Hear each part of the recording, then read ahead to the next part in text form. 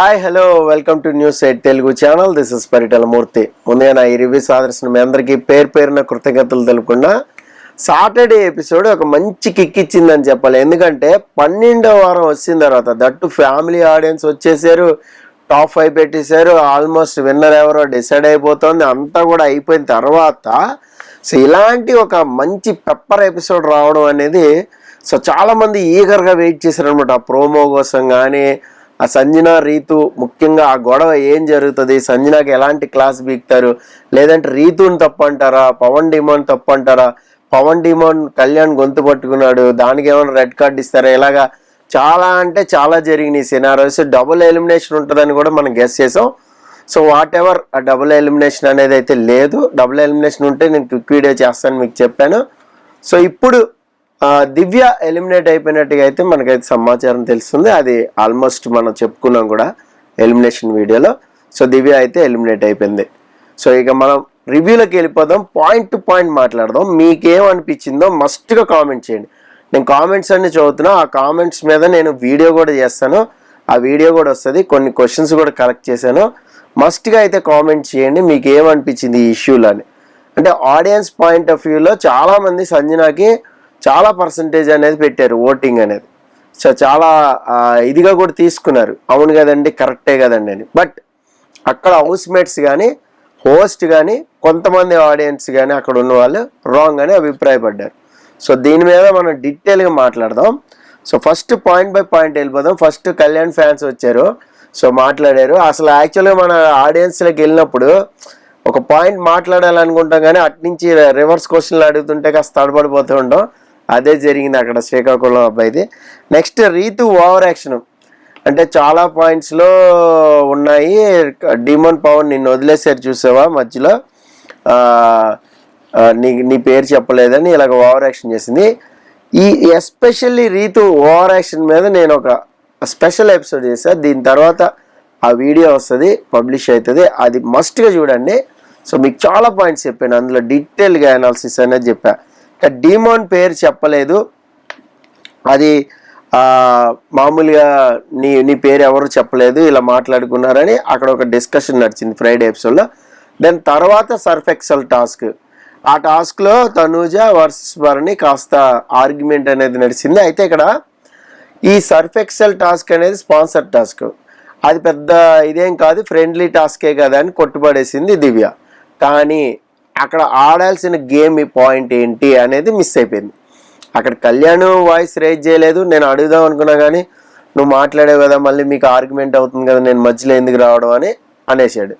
తర్వాత రీతు పాయింట్ అడిగింది, సో వాళ్ళ పాయింట్లు వాళ్ళు పెట్టారు. Whatever judgement blue team గెలిచింది, ఓకే ఇది పెద్ద టాస్క్ కాదు కదా అని ఉద్దేశం. కానీ అక్కడ తనూజ వచ్చి ఏమని అడిగింది క్లియర్గా, అది స్పాన్సర్ టాస్క్ అయినా ఏ టాస్క్ అయినా మేము సీరియస్గానే ఆడతాము, బిగ్ బాస్ హౌస్లో ఎవ్రీథింగ్ ఇలాగే ఉంటుంది అని.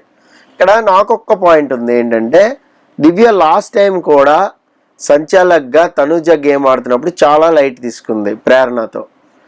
ఎక్కడో వెనకాల నుంచి ఉంది, వీళ్ళు బోర్డు మీద బాల్ వేసేటప్పుడు చెయ్యి ముందుకు వెళ్తున్నా కూడా కనీసం సెన్స్ పెట్టలేదు. మిగతా వాళ్ళు చాలామంది చెప్పారు, సోహైల్ ఆడుతున్నప్పుడు 2-3 సార్లు చెప్పారు, అదిగోదో పడిపోయావు మళ్ళీ వెనక్కి వెళ్ళి అంది తనూజ. సో మీరు కావాలంటే చూసుకోండి పాయింట్. అంటే సంచాలక్ అనేవాళ్ళు ఆ స్పాట్కి రావాలి, కీన్ అబ్జర్వేషన్ చేయాలి. ఎక్కడో దూరంగా ఉండే వాళ్ళు ఆడుతున్నారు కదా, ఎవడు ముందు బజర్ కొడితే ఆడే అంటే ఈ సంచాలకు ఉపయోగం లేదు. ముందు బజర్ కొట్టిన వాళ్ళు కన్సిడర్ చేస్తే అంటే అక్కడ గెయిన్స్ ఉన్నాయి కదా, అదే కదా టాస్క్. సో నాగార్జున గారు క్లాస్ బీకర్, అది వేరే విషయం. నెక్స్ట్ దివ్య నిజంగానే అయితే పట్టించుకోవట్లేదు, ఇది మనం ఆల్రెడీ రివ్యూలో కూడా చెప్పుకున్నాం. రీతు పవన్ డిస్కషన్ అనేది అసలు ఈ పవన్ మాటలు అనేవి అస్సలు క్లారిటీ అనేది మిస్ అయిపోతుంది. సో అక్కడ వచ్చింది రీతు నీ గురించే నేను స్టాండ్ తీసుకుంటున్నా, నేను మాట్లాడుతున్నా, నీ మంచి కోసమే నేను చెప్తున్నా అని అంటే, ఈయన కూడా నాకు తెలియదా నా మంచి కోసమని ప్రతిసారి అంటావు అదంటావు డామినేష్ మళ్ళీ గొడవ.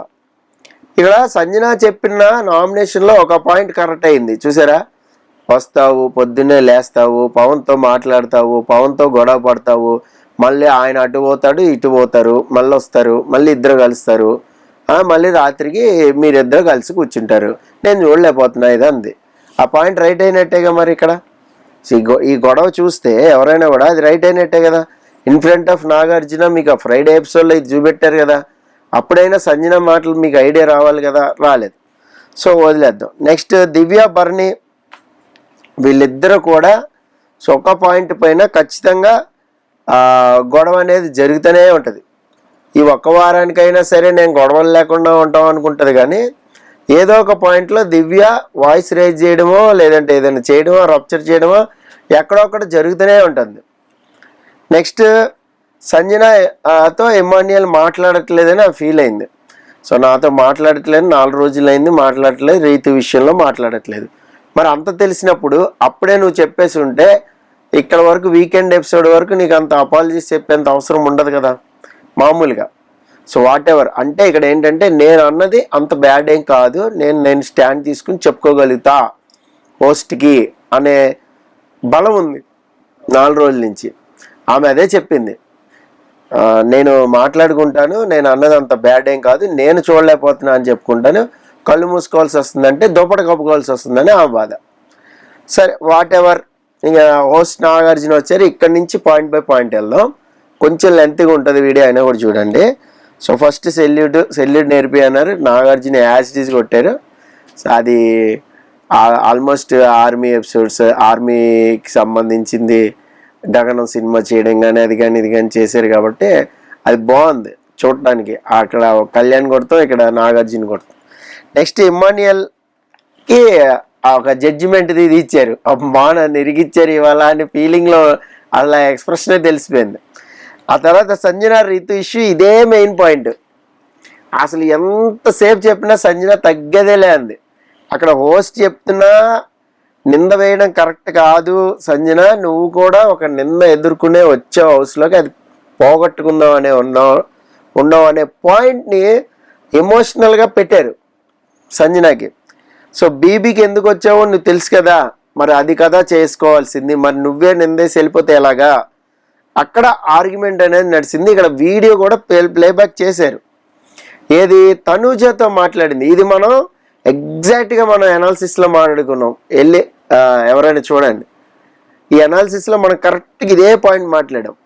అప్పుడు తనూజ వాళ్ళకు ఒక క్లారిటీ ఉంది కదా మనకి ఎందుకంది, అక్కడతో వదల పక్కన మీకు మళ్ళీ ఇమాన్యుయల్ వచ్చాడు. సో అది చెప్పాడు కూడా, అది కరెక్ట్ కాదండి, మీరు ఇది తీసుకుంటే బెస్ట్, వెనక్కి తీసుకుంటే బెస్ట్ అని ఆ తర్వాత కూడా కౌన్సిల్ చేశాడు. కానీ ఈ పాయింట్లో ఇక్కడ ఉన్నప్పుడు ఇమాన్యుయల్ కూడా వచ్చాడు, అక్కడ మాట్లాడింది ఇమాన్యుయల్తో కూడా మాట్లాడింది, భరణి కూడా ఉన్నాడు అక్కడ. అంటే దాని కంటిన్యూషన్ చెప్తున్నా. సో వాట్ ఎవర్ ఎపిసోడ్లో అది జరిగింది ఆ వీడియో కాకుండా నామినేషన్లో జరిగిన వీడియోను కూడా చూపించి ఉంటే మాటకి మాట, అప్పుడు ఏమన్నా రియలైజేషన్ వచ్చేదేమో, ఎగ్జాక్ట్గా నువ్వేమన్నా చూపిస్తానంటే. బట్ అది చూపించడం అనేది బిగ్ బాస్ టీంకి ఇష్టం లేదు, సో అందుకని చెప్పి చూపించలేదు. నెక్స్ట్ ఏంటంటే రీతు, భరణి, ఇమాన్యుయల్, తనూజ వీళ్ళు నలుగురిని ఎందుకు నుంచోబెట్టారంటే వీళ్ళు సాక్రిఫైస్ చేశారు కాబట్టి. ఏది సంజన మళ్ళీ రావడం కోసం, అది ఒక హై డ్రామా. వీళ్ళు నలుగురు సాక్రిఫైస్ చేస్తేనే హౌస్లోకి వచ్చేంత ఎలిమినేషన్ జరిగిందా? లేదు కదా. హౌస్ మేట్స్ ఓట్లు వేసేస్తే సంజనాని ఎలిమినేట్ చేసి పంపించారు సీక్రెట్ రూమ్. What ever. మళ్ళీ రావాలంటే సాక్రిఫైస్ ఎందుకు? మళ్ళీ రావాలంటే వచ్చేయచ్చు కదా. మరి భరణి రాలేదా? భరణి కోసం సాక్రిఫైస్ చేశారా? శ్రీజ రాలేదా? శ్రీజ కోసం ఎవరైనా స్వాప్ అయ్యి సాక్రిఫైస్ చేశారా? లేదే. వాళ్ళకి టాస్కులు పెట్టారు, చేసుకున్నారు. అలాగే సంజనాకి 2-3 టాస్కులు పెట్టి ఉండాల్సింది, పెట్టలేదు. అలాగే వేరే ఏదైనా చూసి ఉండాల్సింది. ఇక్కడ రీతు మీద ఎప్పుడు కన్సర్న్ ఉంటుంది సంజనాకి. బట్ ఈ 3 వారాల నుంచి తను అన్నట్టు 2 వారాల నుంచి తన మీదకే వస్తుంది. తన జోలికి వస్తే ఊరుకోదు, అది సంజన లక్షణం. సో అందుకనే ట్రిగ్గర్ అయింది, ఫ్లేర్ అప్ అయింది. మనం రివ్యూలో అనాలిసిస్లో కూడా ఇదే చెప్పుకున్నాం. వాట్ ఎవర్ అక్కడ డోర్స్ తీయండి, మీ నలుగురు డిసైడ్ చేయండి అన్నప్పుడు ఎవరైనా సరే, నేనున్నా సరే, ఎవరున్నా ఆ ప్లేస్లో నేను వెళ్ళిపోతా, అవసరం లేదు, వీళ్ళ డిస్కషన్ అక్కర్లేదు, వీళ్ళ ఏకాభిప్రాయం అక్కర్లేదు అని డెఫినెట్గా చెప్తారు. అదే చేసింది సంజన. ఇక్కడ ఇంకొక పాయింట్ ఉంది ఏంటంటే రీతు సారీ చెప్తే ఓకే, అనేసింది. అందరు ముగ్గురు కలెక్టివ్ డెసిషన్. సర్లే మళ్ళీ పంపించడం ఎందుకని. కానీ సంజన నామినేట్ చేసింది ఎవరు? రీతునే కదా. నామినేషన్ అంటే ఏంటి మన దృష్టిలో? హౌస్లోంచి బయటికి పంపించేయడం ఒకరిని. మరి హౌస్లోంచి బయటికి పంపించేస్తున్నారు, డోర్లు తీస్తారు కదా. వద్దు సారీ గిరి ఏమొద్దు పంపించేయండి అంటే అయిపోద్దిగా. నువ్వు ఫెయిర్ ఎనఫ్ గేమ్ ఆడినట్టుగా. ఆడియన్స్ కోసం సేఫ్ గేమ్ ఎందుకు ఆడాలి? అవసరం లేదు కదా. నువ్వు నామినేట్ చేశాను, నేనే నామినేట్ చేశాను కదా, నేనే పంపించేయండి. ఆమె వెళ్ళిపోతానంటుంది కదా. కాల్ సార్ తీసుకుంటారు, బిగ్ బాసే కాల్ తీసుకోవాలి, సార్ మాకు ఏకాభిప్రాయం కుదరట్లేదంటే అయిపోయింది కదా. అంత ధైర్యం లేదు. ఇక్కడ ఇంకోటి కూడా చెప్తా చూడండి. డీమోన్ పవన్కి కూడా అంత ధైర్యం లేదు. ఇక్కడ ఇంకొకటి ఏంటంటే బలవంతంగా చెప్పించిన ఎందుకు సారీ? అదే చెప్పింది రీతు. ఆయన చెప్పినా ఆర్ట్ఫుల్గా చెప్పదు, అవసరం లేదని ఫస్ట్ అంది. తర్వాత సరే చూద్దాంపా ఏది జరుగుతుంది అన్నట్టు వచ్చింది. ఇక్కడ బలవంతంగా సారీ చెప్పించడం ఎందుకు? ఇది నా పాయింట్. అంత అవసరమే లేదు. ఆడియన్స్ చెప్పించారు, నీకు ఇంకా క్లారిటీ వస్తుంది, ఇక్కడ చూడు అక్కడ చూడు, నువ్వు మార్చుకో, నువ్వు దేనికి వచ్చావు హౌస్కి, ఇప్పుడు నువ్వు కూడా అలాగే అని నిన్ను ఎవరైనా అనేసి హౌస్లో వాళ్ళు వెళ్ళిపోతారంటే నీకు ఓకేనా? వాళ్ళని కన్విన్స్ చేయడం నీకు బాధ్యత కాదా? చెప్పడం నీ బాధ్యత కాదా? ఇవన్నీ కూడా అడిగారు. సో ఇదంతా కూడా మనం చూసాం పాయింట్ టు పాయింట్. అయితే నా అనాలిసిస్ ఏంటంటే బలవంతంగా సారీ చెప్పించడం అనేది అంత అనిపించలే నాకు. ఆ మాట అంటే తప్పని మనం మాట్లాడుకున్నాం, మన అనాలిసిస్లో మాట్లాడుకున్నాం. అట్లా అని ఉండకూడదు, పెద్ద ప్లాట్ఫామ్ మీద అలా నిందేయకూడదు ఒకళ్ళ మీద, అది కరెక్ట్ కాదు. ఎవరి దృష్టిలోకి పోయినా కరెక్ట్ కాదు. ఆడియన్స్ దృష్టిలో మేబీ సంజనాని లేపి ఉండొచ్చు. చాలామంది నాకు కామెంట్స్ చేశారు, దాని మీద వీడియో కూడా చేస్తా అని చెప్పా. సో సంజన తప్పేంటంటే అవును ఆమె చూసిందో చెప్పింది, ఆమె ఇంకేమేం చూసిందో చాలామంది అంటాం. ఇది కాక కొంతమంది నిన్న వీడియోకి కూడా కామెంట్ చేశారు ఏంటంటే అట్లెట్లా తనూజని మీరు ఇదంటారు సార్, తనూజ కళ్యాణ్ కెప్టెన్ అవ్వడం కోసమే అలా చేసింది. తనూజ కళ్యాణ్ కెప్టెన్ అవ్వడం ఒక్కటే కాదు, రీతు అయినా ఓకే. అక్కడ రీతు పవన్ డిమాండ్కి సపోర్ట్ చేస్తుంది. వీళ్ళ ముగ్గురు దివ్య ఉన్నప్పుడు ఎవరికి ఇవ్వాలి? కత్తి తీసుకెళ్ళి చెప్పండి, దివ్యాన్ని తీసేయాలి అంటే రీతుకే ఇవ్వాలి, ఇది వేరే ఆప్షన్ లేదు. అవునా కదా? అది కాకుండా రెండోసారి రీతుకి ఇచ్చింది. అక్కడ ఏం చెప్పింది అందరితో? మనం కళ్యాణ్కి ఇద్దాము, కళ్యాణ్కి ఇస్తే రీతుని తీసేస్తాడు అని. కళ్యాణ్కి ఇచ్చి ఉంటే అక్కడ మేబీ నేను సూపర్ అని ఉండేవాడిని తనుజని. సరే దాని మీద మనం స్పెషల్గా క్వశ్చన్ మీదకి వెళ్ళిపోదాం, అది మనం మాట్లాడుకుందాం. అయితే ఇక్కడ అంత బలవంతంగా సంజనాకి సారీ చెప్పించాల్సిన అవసరం అనేది లేదు. సారీ టాపిక్ అనేది టాపిక్ వదిలేద్దాం సార్ అంది సారీ చెప్పమంటే. లేదు అట్టెట్ట వదిలేస్తావు, మధ్యలోని నువ్వు సముద్రంలోకి వెళ్ళిపోయిన తర్వాత పడవ వదిలేస్తానంటే ఎలా అన్నట్టు అన్నాడు. సో అంత అవసరం లేదనేది నా అభిప్రాయం. నీ తప్పు నువ్వు రియలైజ్ అయ్యావా అంటే అక్కడ ఏం లేదు, మళ్ళా ఆన్సర్ ఏం లేదు. సరే సార్ సారీ రీతు అనేసింది. ఇంకా తప్పదు. అంతసేపు ఆర్గ్యుమెంట్ లాగితే ఇంకా 1 గంట 2 గంటలు వెళ్ళిపోద్ది ఆర్గ్యుమెంట్ అనేది.